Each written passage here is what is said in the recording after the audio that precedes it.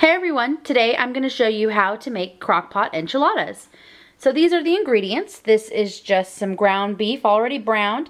I use some taco seasoning to season it. You can also buy the little bagged taco seasoning.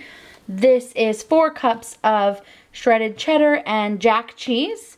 And this is the special ingredient. This is 12 ounces, so 1 jar of salsa. I use hot, just gives it a little extra flavor. And 1 can of cream of mushroom soup, a small 10 3/4 ounce can. And then the kicker is 1/8 of a cup of Frank's Red Hot sauce. If you guys haven't had Frank's Red Hot sauce, it's usually in with the Tabasco. It has a great flavor and it's not too spicy. That's what I love about it. So, this is really simple. The first thing we're going to do is just grab our tortilla. We'll start on the bottom. And then you just make layers. So we'll start with a little sauce.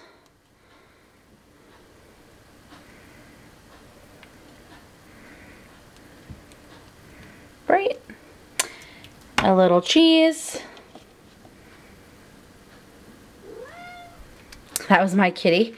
I don't know if you guys could hear him, but he can smell the cheese and the beef, I'm sure. And then a good layer of beef, and you just sprinkle that on.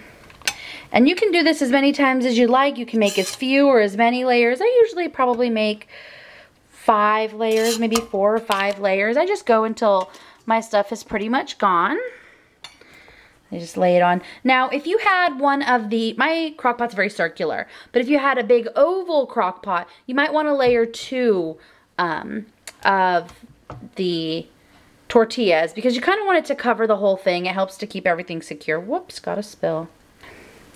Some cheese, and you just keep going. I'm not going to show you every single one because that would become very boring and repetitive. So I just put the last bit of the hamburger on. Now the last step is to put 1 more tortilla, more of your sauce spread on top.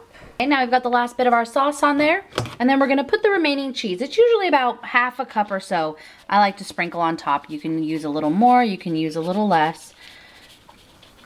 All right, that's it. That is how simple it is. Turn your crock pot on high, put your lid on, and now on high, this needs to cook for about an hour. Kind of watch the cheese on top, make sure it's melting. Don't open the top.